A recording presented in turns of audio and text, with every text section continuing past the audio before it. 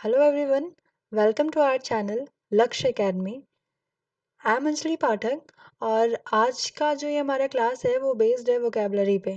Okay, तो vocabulary जो है वो किसी भी कॉम्पिटिटिव एग्ज़ाम के लिए बहुत ही ज़्यादा इम्पॉर्टेंट है, क्योंकि वोकेबलरी से बहुत सारे क्वेश्चन आते हैं, सिनोनिम आता है, एंटोनिम आता है, और वैसे भी आपका वर्ड पावर बहुत ज़्यादा स्ट्रांग होना चाहिए, क्योंकि बच्चों वाले सवाल तो आते नहीं है कॉम्पिटिटिव एग्जाम में, डिफ़िकल्ट क्वेश्चंस आते हैं, वर्ड्स भी डिफ़िकल्ट होते हैं।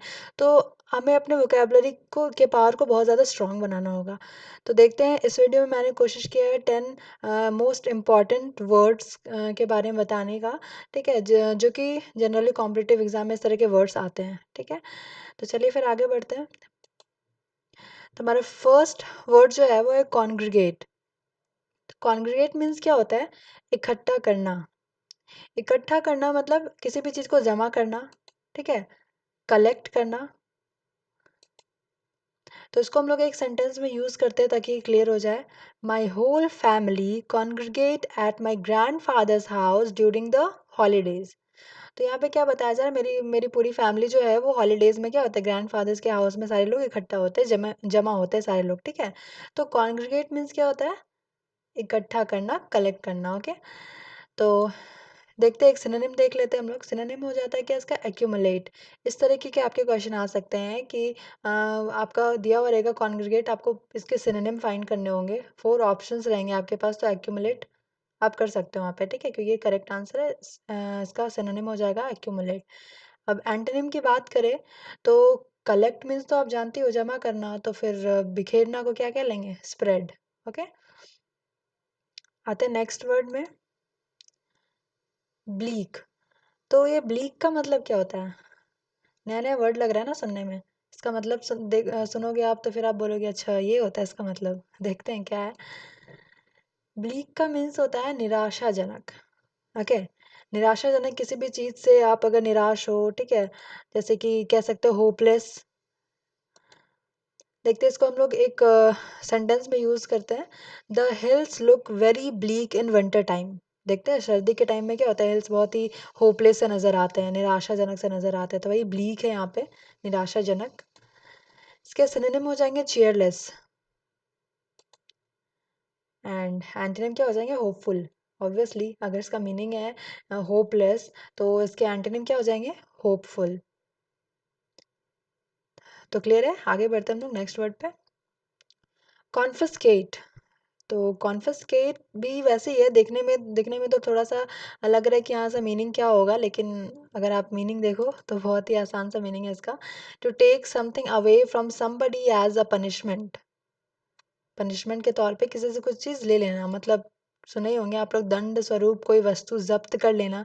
जब्त होता है ना स्कूल में, मोबाइल फ़ोन्स अगर आप ले जाओ तो वो आपके जब्त कर लिए जाते हैं, कुछ वही यही जब्त है यहाँ पे। ठीक है, कॉन्फिस्केट, इसे मैंने बहुत ही नॉर्मल से सेंटेंस में यूज़ करने की कोशिश की है, बहुत ही आसान सा क्लियर हो जाएगा।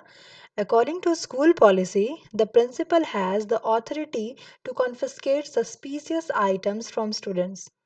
आप समझ ही रहे होगे इसका मतलब, है ना? स्कूल के पॉलिसी के अकॉर्डिंग क्या है, प्रिंसिपल जो है वो स्टूडेंट से कोई भी अगर उनके पास वैसा सस्पिशियस आइटम मिलता है तो वो क्या कर लेते हैं? उसे कॉन्फिस्केट कर लेते हैं, मतलब जब्त कर लेते हैं। इसका सिनोनिम देख लेते हैं हम लोग। सिनोनिम क्या हो जाएगा? सीज। हाँ, कॉन्फिस्केट का मीनिंग क्या हो जाएगा? सीज। और इसके एंटोनिम है रिलीज। रिलीज छोड़ देना, सीज जमा कर लेना, जब्त कर लेना, और रिलीज फिर उसे छोड़ देना, एंटोनिम। ओके, चलिए फिर बढ़ते हैं नेक्स्ट वर्ड, लेटेंट। तो लेटेंट मीन्स क्या होता है? गुप्त, छुपा हुआ, या एक और इसका मीनिंग हम लोग कह सकते हैं, अगर कोई चीज़ बेजान पड़ी हुई है तो उसे भी हम लोग लेटेंट कहते हैं। इसका एक मीनिंग तो ये हो जाता है ना, गुप्त, सीक्रेट। ओके, और एक और मीनिंग इसका हो जाता है बेजान, कह सकते हैं जो डेड है। तो इसे हम लोग यूज़ करते हैं सेंटेंस में। The detective asked the lab technician to search the room for latent fingerprints। Fingerprints क्या होते हैं? छुपे हुए होते हैं ना, वो आसानी से तो दिखाई नहीं देते हैं, तो लैब टेक्नीशियन वो आकर के क्या करते हैं? उसे खोज निकालते हैं। ठीक है, सर्च करते हैं। तो ये छुपे हुए, गुप्त। ठीक है, इसका मतलब क्या होता है? लेटेंट। इसके सिनोनिम क्या हो जाएंगे? इनएक्टिव। इनएक्टिव जो एक्टिव ना हो, जो दिखाई ना दे रहा हो कह सकते हैं, और जो बेजान हो वो भी कह सकते हैं। ठीक है, और इसके एक एंटोनिम क्या हो जाएंगे? एपरेंट, मीन्स जो आसानी से दिखाई दे। क्लियर हो रहा है? ठीक है, फिर आगे बढ़ते हैं। नेक्स्ट वर्ड है हमारा डिसीव। डिसीव का क्या मतलब होता है? To try to make somebody believe something that is not true. जो सच नहीं है उस पर किसी का भरोसा दिलाना, मतलब किसी को धोखा देना, है ना? तो इसका हिंदी मीनिंग क्या हो जाएगा? धोखा देना। तो इसको हम लोग एक बार सेंटेंस में यूज़ करते हैं ताकि ये और भी अच्छे से क्लियर हो जाए और आपको याद भी रहे। तो क्या है? Her parents punished her for trying to deceive them. यानी कि उसके जो पेरेंट्स हैं उन्होंने उसे क्या किया? पनिश्ड किया। क्यों? क्योंकि वो क्या कर रही थी? अपने पेरेंट्स को धोखा दे रही थी। ठीक है? तो धोखा देना, डिसीव मतलब क्या होता है? धोखा देना। आप इस तरीके से भी याद रखोगे तो आपको याद रहेगा। सेंटेंस जो है ना वो जल्दी दिमाग में फिट हो जाता है, इसलिए मैंने कोशिश भी की है कि ईजी सा सेंटेंस लूँ ताकि आपके माइंड में ये वर्ड जो है वो फिट हो जाए। डिसीव मीन्स क्या होता है? धोखा देना। तो इसका एक सिनोनिम देख लेते हैं हम लोग। सिनोनिम क्या है? फूल। ओके, बीट्रे, धोखा देना, फूल, बेवकूफ़ बनाना किसी को। ठीक है? एंटोनिम क्या हो जाएगा इसका? बी ऑनेस्ट, ईमानदार होना, किसी के साथ भी ईमानदार होना। ठीक है, ये हो जाएगा इसका एंटोनिम। चलिए फिर बढ़ते हैं नेक्स्ट वर्ड की तरफ। And the next one is adulation. तो एड्यूलेशन का क्या मतलब हो सकता है? प्रशंसा करना, चापलूसी। ठीक है, किसी की भी चापलूसी करना। तो होता है, इसका इंग्लिश वर्ड तो आपके दिमाग में आ ही गया होगा, फ्लैटरी, है ना? किसी की बहुत ज़्यादा प्रशंसा करना, उसकी चापलूसी करना, तो मतलब क्या हो जाता है? फ्लैटरी। इसको हम लोग सेंटेंस में यूज़ कर लेते हैं। Sales people are often accused of using artificial flattery. हाँ, तो आपको पता ही होगा सेल्स पीपल क्या करते हैं? ऐसी ही चापलूसी करते हैं, प्रशंसा करते हैं। अगर उन्हें कोई भी अपना सामान बेचना भी होता है तो वो क्या करते हैं कि अरे वाह! ये कपड़ा तो आप पे बहुत अच्छा लग रहा है, बहुत सूट कर रहा है आप पे। ठीक है? झूठ-मूठ की भी काफ़ी तारीफ़ें करते चले जाते हैं। ठीक है? तो यहाँ पे एडुलेशन मीन्स क्या होता है? फ्लैटरी, प्रशंसा करना। समझ आ रहा होगा आपको? चलिए फिर आगे बढ़ते हैं। इसका सिनोनिम क्या है? प्रेज़। ठीक है? किसी का भी प्रशंसा करना, प्रेज़ करना किसी को। ठीक है? और एंटोनिम है इसका इंसल्ट, बेइज्जती करना। ठीक है? क्लियर हो रहा है? ओके, आगे बढ़ते हैं। Keep aloof. कीप अलूफ का क्या मतलब होता है? Keep of. कीप अलूफ का मतलब होता है कीप ऑफ। ठीक है? अलग रखना, अलग करना कह सकते हैं। ठीक है? इसका हिंदी मीनिंग हो जाएगा क्या? अलग रखना। चलिए फिर इसको हम लोग एक सेंटेंस में यूज कर लेते हैं। He kept himself aloof from all party strife. जितने भी पार्टी स्ट्राइफ होते हैं, उससे वो क्या करता है? खुद को अलग रखता है उसमें। ठीक है? वो ज़्यादा इन्वॉल्व नहीं होता उनमें, खुद को बस अलग अलग सा रखता है। तो इसका सिनोनिम क्या हो जाएगा? अपार्ट, अलग रखना। ठीक है? और इसके एंटोनिम हो जाएंगे सोसेबल। सोसेबल मीन्स क्या होता है? जो खुद को दूसरों के साथ मतलब मिल-जुल जाए, बहुत बहुत ही आसानी से मिल जाए उन लोगों के साथ, घुला-मिला सा महसूस करे, तो वो होता है घुल-मिल जाना, को कहते हैं सोसेबल। तो यहाँ पे सोसेबल तो है इसका क्या? एंटोनिम। ठीक है? क्लियर हो रहा है? आगे बढ़ते हैं। नेक्स्ट वर्ड है हमारा इम्प्रॉबेबल। इम्प्रॉबेबल मीन्स क्या होता है? ऐसा कुछ सुना-सुना सा वर्ड अगर आपके दिमाग में आ रहा हो, इम्प्रॉबेबल, इम्पॉसिबल, सुनने को लगता है, मिलता है। ठीक है? तो कुछ हद तक ये सिमिलर ही है। तो इम्प्रॉबेबल का मतलब क्या हो जाता है? असंभव। और असंभव तो आप जानते ही हो, इम्पॉसिबल। ठीक है? तो इम्प्रॉबेबल जो इससे बहुत ही ज़्यादा मिला-जुला सा लग रहा है, इम्पॉसिबल। ठीक है? चलिए फिर इसको हम लोग एक स्टेटमेंट में यूज़ कर लेते हैं।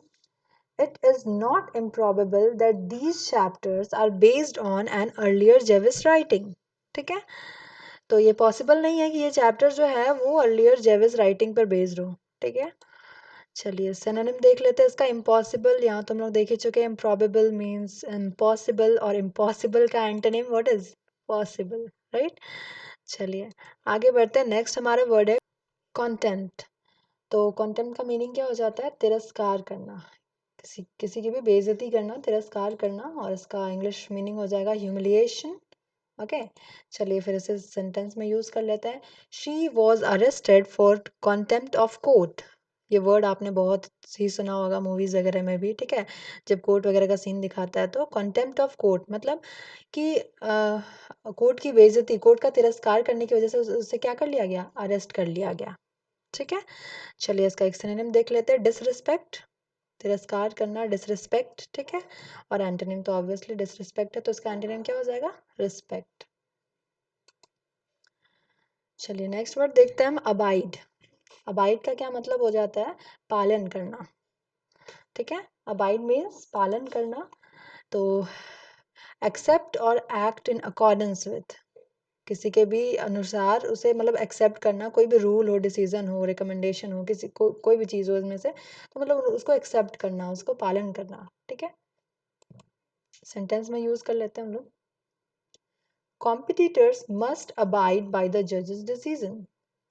जज के डिसीजन से क्या है, कॉम्पिटिटर्स को अबाइड करना चाहिए, यानी उन्हें पालन करना चाहिए, ठीक है? तो इसका सिनोनिम क्या है? ओबे। ओबे मीन्स वे पालन करना होता है, ठीक है? रूल्स को फॉलो करना, ओबे। और इसका एंटोनिम हो जाएगा डिसओबे, ओके?